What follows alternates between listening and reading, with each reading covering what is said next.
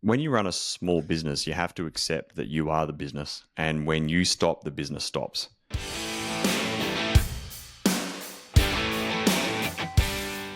Hi everyone, Rob, Kropp and Dan Stones here from Pravar Group, and welcome back to another episode of The Trade Den. Welcome back, Dan. Good to have you here today. Good to be here, Rob, as always. Hello, everyone. Looking forward to kicking into today about this decision that we talk about a lot at Pravar, the $1 million decision, the fork in the road that happens when you've got a business that's turning over around that $1 million mark. You're in a position usually where something has to give. You can feel it. You know, most people, when they reach this mark, they feel trapped, they feel confused, they feel a little bit disconnected from their family, their relationships, things like that. So you know you're at a decision point. And the main thing today that we're going to do is unpack that decision and make it okay and hopefully help you come up with what your decision's going to be, the choice that you're going to make for now. So let's start by looking at this fork in the road that I talked about and path one, which is you stay on the tools. Yeah, this is one path that is totally okay to continue to go down that path if you want to. Like it's familiar, it's comfortable, it's somewhat in your control. And for some people, they don't want to get off the tools and they really want to stay being that guy who just loves their trade, loves their craft, and that's okay. There really is. And I think there are those people out there, they've devoted their life to this. And I think by the time you're at this $1 million mark, you've gone into business, what are you? Let's roughly say it's 4 or 5 years into your journey as a standard sort of thing. You've done your apprenticeship, you've started your own business, you've been doing this for a long time. So I think you're right. That element of certainty is something that drags a lot of people in, as well as the passion. So I think there is that sense of the familiar about it, and it does feel really nice and good, and you feel like you're in a bit of a sweet spot. But there is a ceiling. There is that element where your time, your energy, your, dare I say it, your age, your body becomes a limiting factor, and what you want to achieve starts to sort of fall out of sync with where you want to go. The blueprint and the actuals don't sort of match up. So you start hitting some limits, right? Yeah, that's right. And you got to realize at this point that you are the business. The business is you. You might have an apprentice and another tradie and maybe a couple of subbies around you here and there. But at this point here, you are the business and the business is you. And when you stop, the whole thing comes to a grinding halt. But a lot of people somewhat like to choose this path because they like to be in control. They like high levels of quality. They don't want to go down that path of having to take on the risk or the responsibility of hiring people to be able to help run operations. They're content with that sub $1 million business, which is okay, by the way. Yeah, we're going to talk about that in a minute. Before we do that, let's look at path two. You sort of started to go there. Path two is you step off the tools and you go the other way. Yeah, this is where it becomes a little bit unfamiliar. It becomes a little bit uncomfortable. But the upside it comes with a whole swag of opportunity that the opportunities are endless, and you can go as far as you like, not only in business, but in life. Yeah, this is the one I think where you go from being the doer to the leader. You really do transition from being the craftsman, the tradesman, into being the business owner, the business leader. And I think that comes with it opens into a whole nother world. It is literally a left and right moment. The systems, the empowering teams and building teams, leveraging up your business, doing all those things that come with this choice that you haven't done before. So I think it leads to a lot of great things. What I would say is no matter which path you choose, they're both going to be hard. None of these are easy. We're not saying one's easier than the other or one's necessarily better than the other at this point. But definitely the choice to step off the tools comes with a whole different set of requirements and a different set of challenges. Yeah, it's a whole different mindset, a whole different skill set, a whole different level of identity.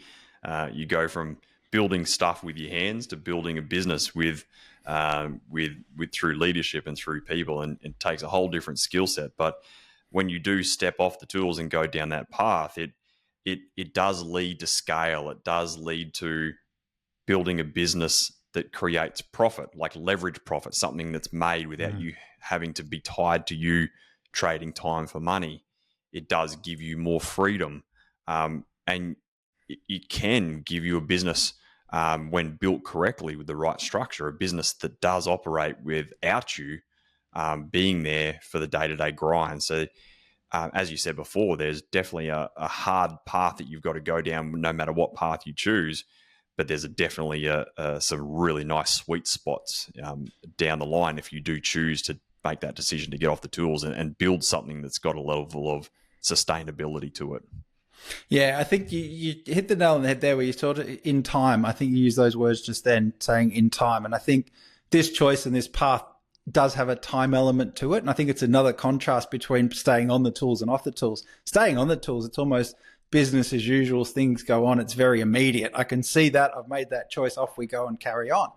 If you go down the path of stepping off the tools, you're committing to a time period. It's not something that you can just fall into and say, all right, well, I'm going to get off the tools. I'm off. It doesn't work that way. This is a commitment that involves the long game, as we like to say at Pravar. Yeah, correct. And like I know a guy, and he's not a client of ours, where he's sitting around that $1 million mark. He's got 2 guys working for him, plus a guy that floats in and out, and he's chosen that path, and he's fully content with that. And he makes pretty good money, and he just didn't want the perception of stress and pressure of hiring people and growing, getting too big and all those types of things. But he's been really smart with his money, and he's invested outside of the business and bought a couple of properties, and he lives a simple life, and he lives a good life. And but that's not for everyone, because some people are called to step up and want to play a bigger game and have leverage and structure and freedom and all those types of things. And so it's really a calling that comes down to the individual. But the thing is, of what we're really stressing today is you've got to make a decision. And if you do decide that you do want to go down that path of growth, then you can't do it by being on the tools every single day. You can't grow a business whilst being a tradesman on the tools, because that time on the tools is taking you away from the very thing which is running and growing your business. Yeah, absolutely. I think, and even as scary as it is, that choice has to be made. It's one you can't hide from. If you do nothing, you're going to run into troubles either way. Something's going to go wrong if you stay on the tools and you haven't made that choice. Something's going to go wrong if you decide to get off and you still don't transition. You're just going to spin your wheels. So really important that you get that point. I think the other thing, Rob, before we start going into the path to getting off the tools and how do you do it and all those cool things, some people aren't ready, and that's okay too. Yeah, if you're too early in your journey and you're still you're in the very early stages of your business and you're really still trying to find your feet in business, don't rush off the tools, because you've got to be able to perfect your craft, and you've got to understand your trade inside and out, and you've got to be able to go through that journey of really finding the feet in the early stages of growing a business. You might have ambitions to want to get off the tools at some point, but don't rush too early, because maybe you're just personally not ready because you're too soon in your journey. Yeah, and this is part of, not everyone should make that leap. Not everyone's going to make that decision straight right now, and that's the decision that they end up making. When I coach clients, I often talk about building a wall and putting yourself into that position brick by brick, rather than just sort of speed running it and thinking, I'm just going to stack one brick on top of the other and build this sort of tower that I can climb up. That's the dangerous way of doing it. So I think the other ones that we can look at is, if you haven't got any foundation, any structure around you, there's a definite structure, or at least a minimal amount that you need to have in order to have the ground crew that can support generating revenue as you transition off the tools, things like that. So if you haven't got that, stepping back too soon is just going to leave absolute chaos. Even if you do it and you have got some people in there, but they're not experienced enough, or they're not 100% sure of how to operate without you.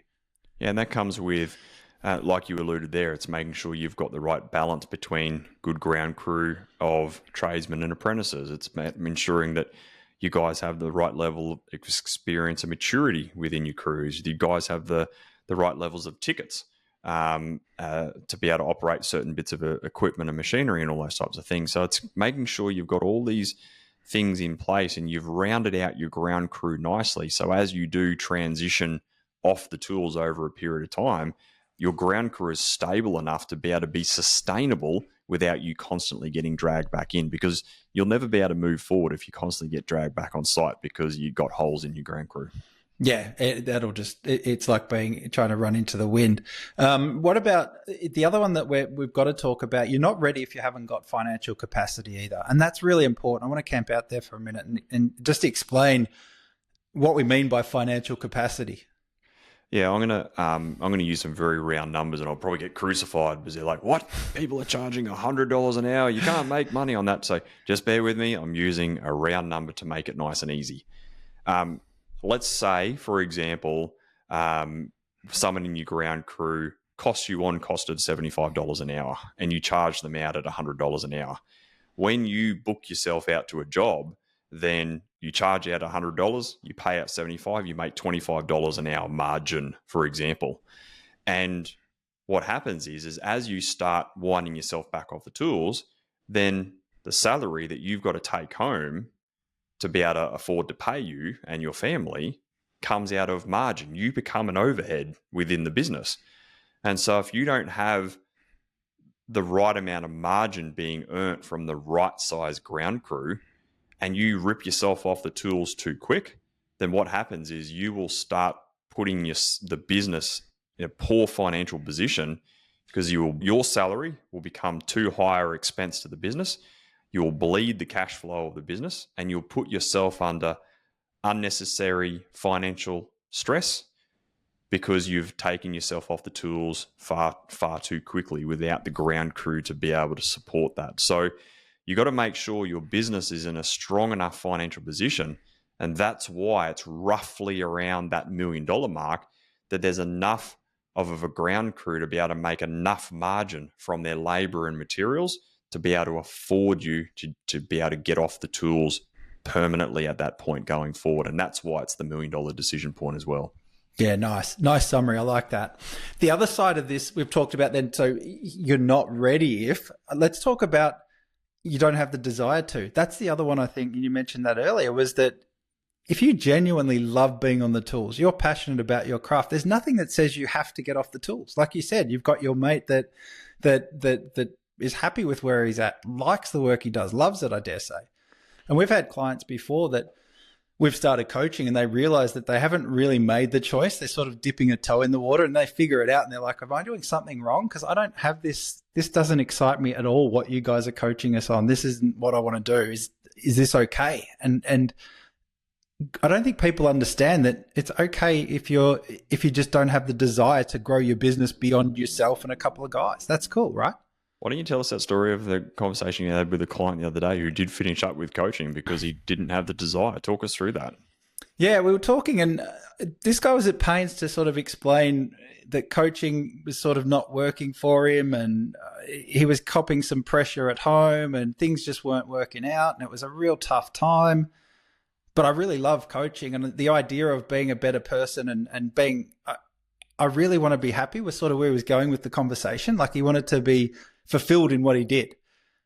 And it was almost an undercurrent. And I sort of said, so what fulfills you? And he said, well, being on the tools and just being able to go to work and do great stuff and have really good results with my clients and share that sort of moment when we've done the work we've done. He was a landscaper and he did the like artificial turf and those sort of environments that he built.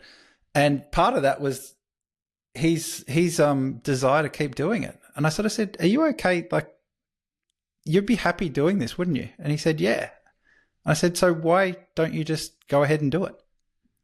Why don't you just keep going with what you're doing and enjoy the fact that you're someone who's passionate about their business, someone who can do a great job, someone who enjoys the relationship with the clients in the field, working with the guys.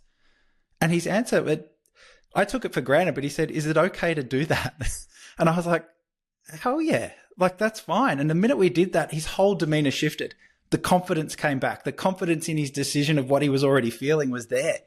And it was like the best call in the world by the end of it, not because we lost a client, but because we'd helped a client make that choice. And the client became okay with that. And you could see them regain their passion, their confidence, their vision they reconnected with, the ability to sort of see a future and have some hope. That was really there. And the courage just to go off and be themselves. And he was wrapped with that result. And so was I. So really, I think if you don't have that desire and you're proud of what you're doing, then keep doing it. And at Pravar, we call that a tool belt business. And it's okay running a tool belt business. And that was a great example where he was being congruent with who he is, what was important to him. And deep down, he just knew that he felt like he was moving down the wrong path. And so that's why we spoke at the top of this episode. We spoke around the $1 million decision. Like, at this point, you've got to make a decision. And if you want to push beyond that, you have to make a decision, but you've got to make a decision based on what's important to you, not what you hope might happen. And once you make that decision, you've got to go all in on that decision, whether it's the left path or the right path. The left path of stay on the tools and run that tool belt business, or start moving down the right path of building an owner-operator business.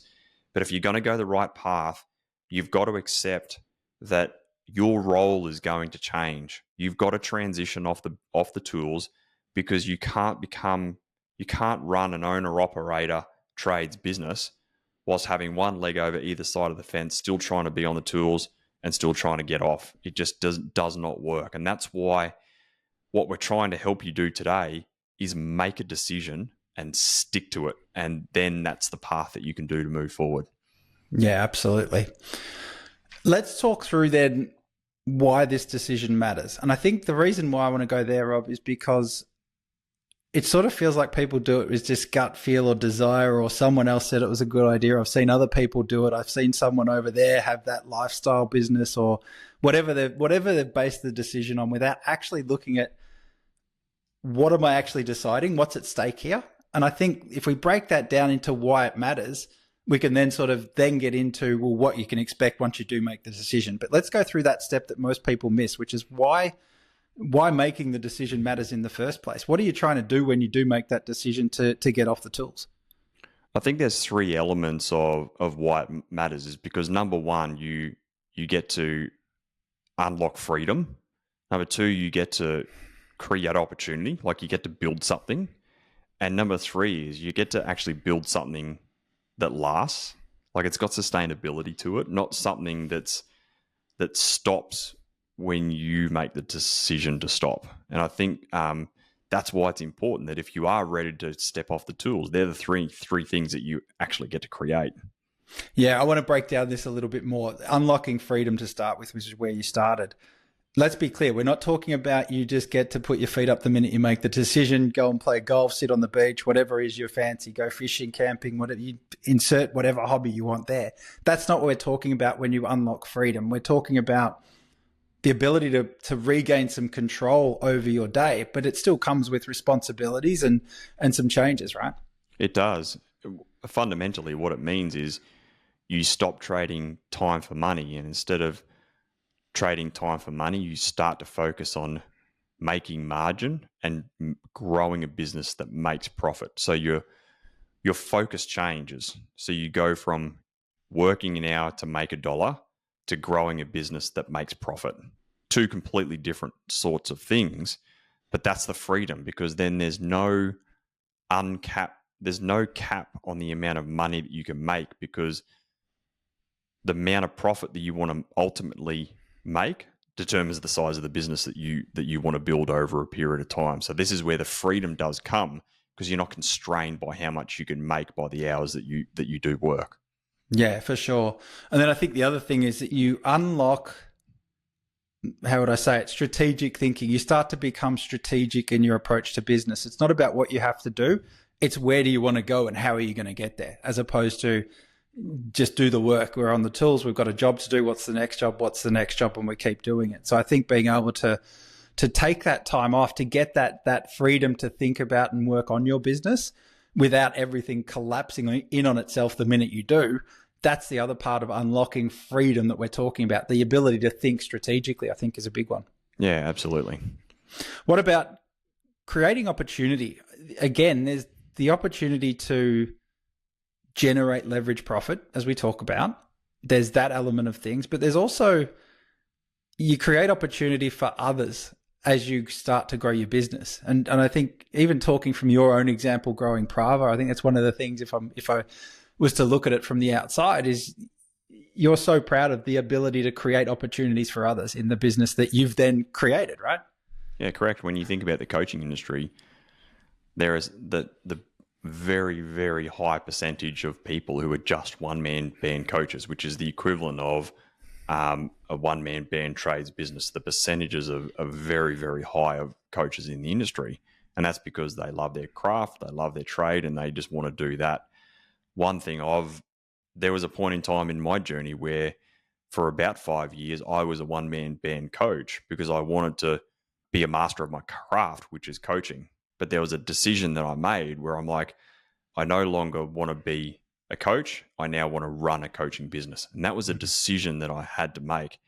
And it was hard yards. But what I'm looking back, what I'm so proud of now is as I was able to take a step off the tools, in inverted commas, out of the coaching seat, it created opportunities for us to be able to hire coaches and create opportunities for people to come into the business, grow, expand, develop their craft, and we're developing great coaches within our organisation. So for me to step out of the seat enabled us to be able to bring more chairs to the table and for other people to sit on those seats as well. So that's the opportunity that I've loved to be able to create by employing people, which I've loved. Yeah, for sure. And I think that's something that as part of this decision, you've got to be, I think, if not excited by it, you've definitely got to put it in the tick column as a yes. It's got to be part of it, because that will sustain you through, like you said, the teething pains, the growing pains of building teams and putting management in place and getting better at your craft as a manager. What about building something that lasts? Again, I think everyone would understand the idea. If you build something that lasts, you've got a business that can go on beyond you, all that sort of stuff. But building something that lasts, and you might have mentioned it before, I can't remember, but building an asset that's sustainable. We're big on that. And having an asset that's sustainable that lasts. What do you mean and what do you think about when you talk about building sustainable businesses with sustainable assets? When you run a small business, you have to accept that you are the business. And when you stop, the business stops. So if you want to take time off over Christmas because the whole industry shuts down, you are literally not earning any money whatsoever. If you want to take a week off during the year, it's very, very hard. Even if you might have an apprentice and a tradie working for you and you're doing $500,000, $750K a year, invoicing stops, quotes stop going out the door, you're not managing the jobs, you kind of just go, hey guys, I'm out for a week, off you go, run these few jobs, I'll see you back in a week or two's time. But it's very, very hard to be able to step away and build anything that has an element of sustainability to it. That's where that rush comes in. We see that over the Christmas break, right? The start of the year, every year, the guys that are still in that transition period, that are earlier on in their journey, there's always that tension around, do I go away? How long do I go away? What's going to happen when I go away? What am I going to come back to? Where's cash at? That sort of is a symptom of what you're talking about.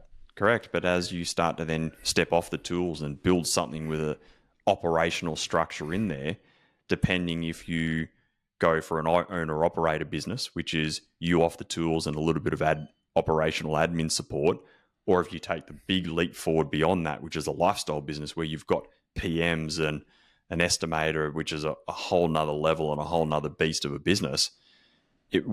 Whichever one you decide of those two stages that you want to be able to take a step into, what you've got is structure around you. You've got stability in your ground crew. You've got some level of operational support around you where invoices still go out the door. You can get some level of basic quotes out the door and all those types of things. So things don't come to a grinding halt if you just want to step away for a week or two. Like you're not sitting by a pool with your family with a phone attached to your ear because and not being present with them because you are the business. And that's the benefit of stepping off the tools and growing a business is it. Not only do you have that freedom, but it does give you flexibility, and it's got something that can work without you on the day-to-day basis. And that's what being in business is all about in the end of the day. Yeah, for sure. I like that. Let's turn the corner a bit and talk about what to expect. Now, it goes without saying that this won't be easy. Business is never easy. There's always going to be challenges. No sooner do you think you've got a handle on it, all the balls, you're juggling them really nicely, and someone will throw another one in there, right? The chainsaw gets thrown into the juggling act. This has got to be, this decision point and the journey you go on, got to be one of the biggest identity shifts you move on in life. I equate it a lot with clients to the equivalent to going from being single, married, whatever it is, and then becoming a parent. It's that sort of identity shift. All of a sudden you become a different person in the sense of the business. Yeah, correct. You've got to go from tradesman to business owner, or doer to leader. You've got to go from being the best one on the tools to being a complete rookie in the office.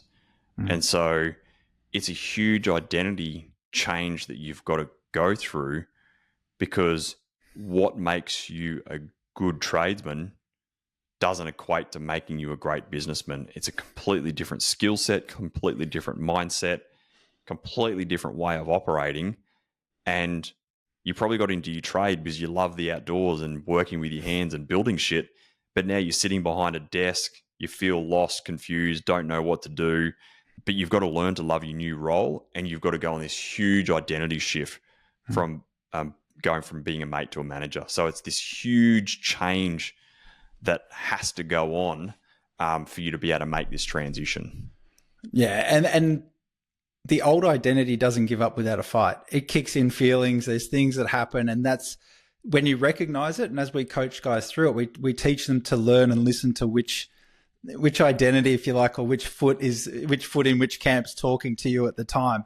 When we say that the identity doesn't give up easily, the old one, you're going to feel different things. For starters, you're going to feel guilty, right? There's going to be a level of guilt will kick in, and if you feel that, you're going to be asking yourself a set of questions. It's things like the way that you look at physical work versus office work, for instance. That's one of those things that will lead you to feeling guilty, trying to drag you back to that identity of, hey, you're a tradie, remember? Yeah, your worth is attached by your blood, sweat, and tears to some degree. It's like how much, well, you've put an honest days in if you've worked your ass off and worked off a sweat, and you can stand back and go, wow, look what I've built today, or look what I've fixed today. That's where a lot of people give their sense of value and worth as a tradesman, but you don't get that when you're sitting behind a desk. You feel a little bit lazy, I suppose, to some degree. Yeah, it's a different challenge. The other one I think you find out a lot when you make the transition, you start to do this, is that you're going to suck. And you probably haven't sucked for a long time. Like you said, often the guys that start their own business are really good at their trade. If you suck by yourself or suck just being a tradesman, you're probably not going to go in and start your own trades business. So chances are you're probably pretty good at it. If you've done it for a while, chances are you're probably a jet at it. And you're going to find out pretty quickly when you get into that new environment, the businessman in the office type environment, there's going to be stuff that you probably haven't done for a long time, don't know about, and even might have hired someone that's better than you. So you're going to suck at a lot of things. And that's the old identity's chance to rip in again and go, hey, come back here. This is where we're good, remember. Come back and feel good about yourself.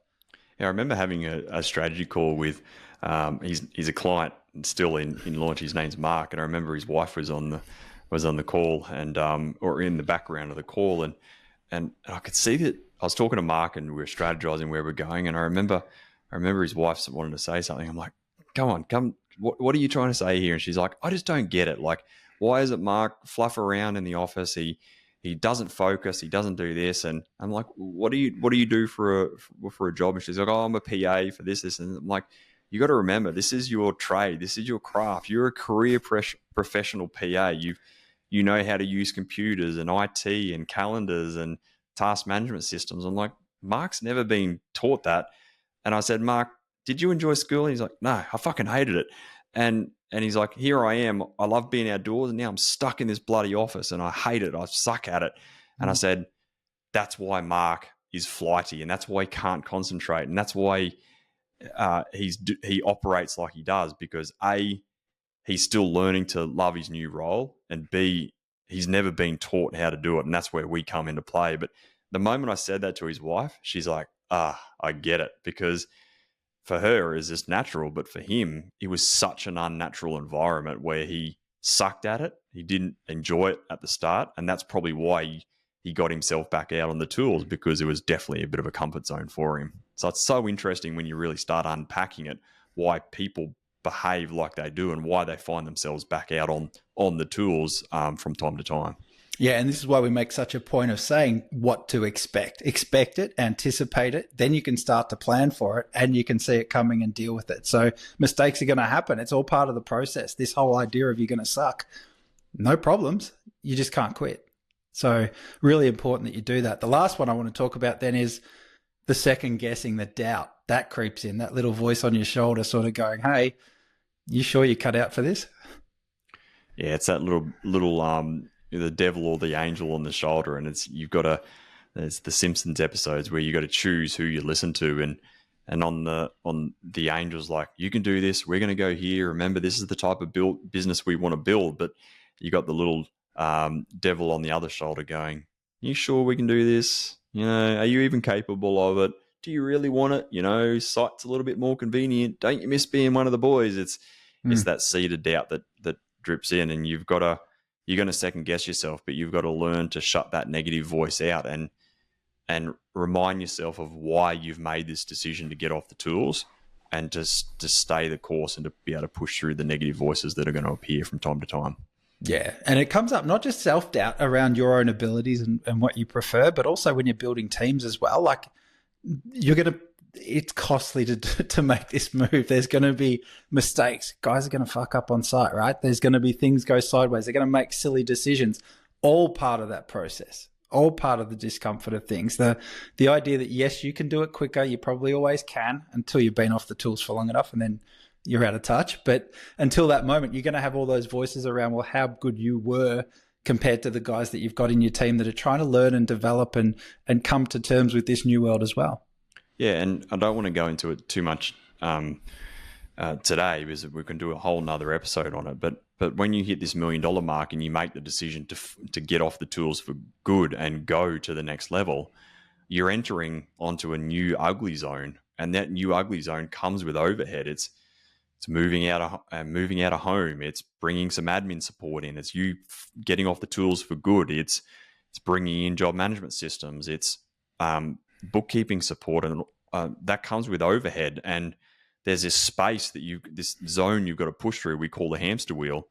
You've got to push through that phase, and you're going to have this doubt going, why am I here? I was actually making more money back when I was smaller. But you've got to realize that you're moving through this zone of uncomfort and the unknown, and an ugly zone where you're fully reinvesting back into the business. So if you're in that zone at the moment, you're making the decision to get off the tools and you're in that zone, just know you're in the right place. Stay true to your decision and keep pushing. Because if you don't, you're going to stay in the middle of no man's land, and you're going to get frustrated because you're working longer and making less than when you were smaller. So just know where you are and just know that there's a sweeter spot coming on the other side of it. Yeah, I love it. I love it. And I think then that's a great point as we round for home here, and call it a wrap up or an action step for today. But it's now time for you to pick your path. At Pravar, we don't think that there's necessarily a right path or wrong path. We've coached people in and out of this decision both ways many, many times. You and I have had tons of those conversations with clients. But there is going to be the right path for you. And I think that's sort of the message that we want you to sort of really hook up to it with this episode is make your choice and then pick the path that is right for you in this moment. Yeah, if you want to run a solid tool belt business where you're hands-on, higher quality, profitable, that's a great path. And if you choose that path, like, own it and just accept that that's the path that is right for you right now. Now, can that change in the future? Maybe. I don't know. Maybe you'll enter a different phase in life and you want to be able to take the next step. But if you do want to run a tool belt business where you are hands-on, sub $1 million, and you love that space, then stick to that path. But if you want more, you know that there's something inside of you where you want to chase bigger and better and be able to make more money, and you do want to have a business that works without you, then if you're ready to step up and run that owner-operator style business, and you want to be able to grow your team and build systems and grow a real business, then you have to get off the tools. You can't run that business by being off the tools. But if that's the path you accept, own it, commit to it, make the decision, and get on with it. But regardless of what path you choose, you have to make that decision, and you've got to powerfully move forward down that path and not look back. You've almost got to burn the bridge behind you, don't you? You really do. And I think that's another big point, is that you can't do this half-assed. And I like to say to clients, you can't fake commitment. You really can't. And when you make this choice and you commit to it, you do it. And that means not having a leg in each camp. There could be a transition, and it is a transition. So you don't go from one to the other overnight. It's not black and white like that.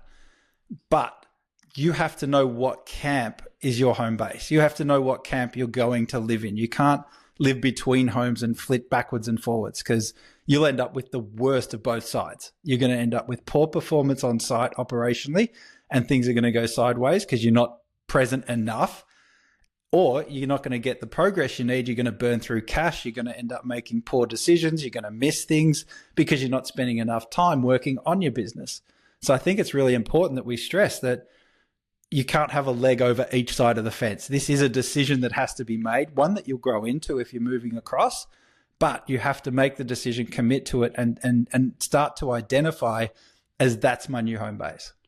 Yeah, it reminds me of that episode we did very early on when we first launched the Trade Den, episode number 9, I think it was, with Anthony Rensis.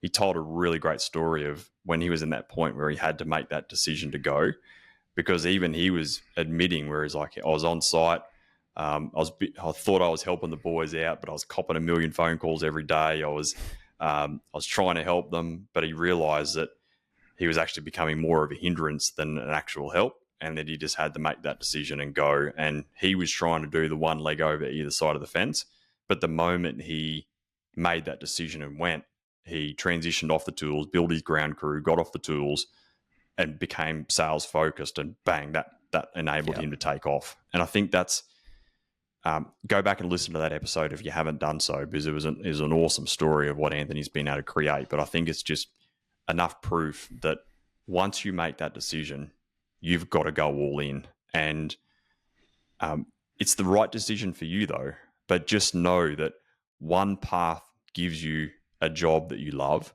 The other path gives you a business that can love you back. But you got to remember that it's your path, and be content with the path that you choose. But in the end of the day, you've just got to decide. It's a decision you've got to make, not just live by default with the way that you're currently operating at the moment. Yeah, well said. If you've enjoyed today's episode and you're in that position where you've made that decision that you're ready to 100% step off the tools and grow a great business around you, and you're looking for some help to be able to lay the right path and get clarity around what are your next logical steps to be able to grow this business well, then jump across to strategysession.com.au, book in for a discovery call, and let's unpack the situation that you're in, and we'll see if we're a great fit to be able to help you out through this whole process. Hopefully you've enjoyed today's episode, and looking forward to coming back to you next week on another episode of The Trade Den. Until then, have a great week. See you soon.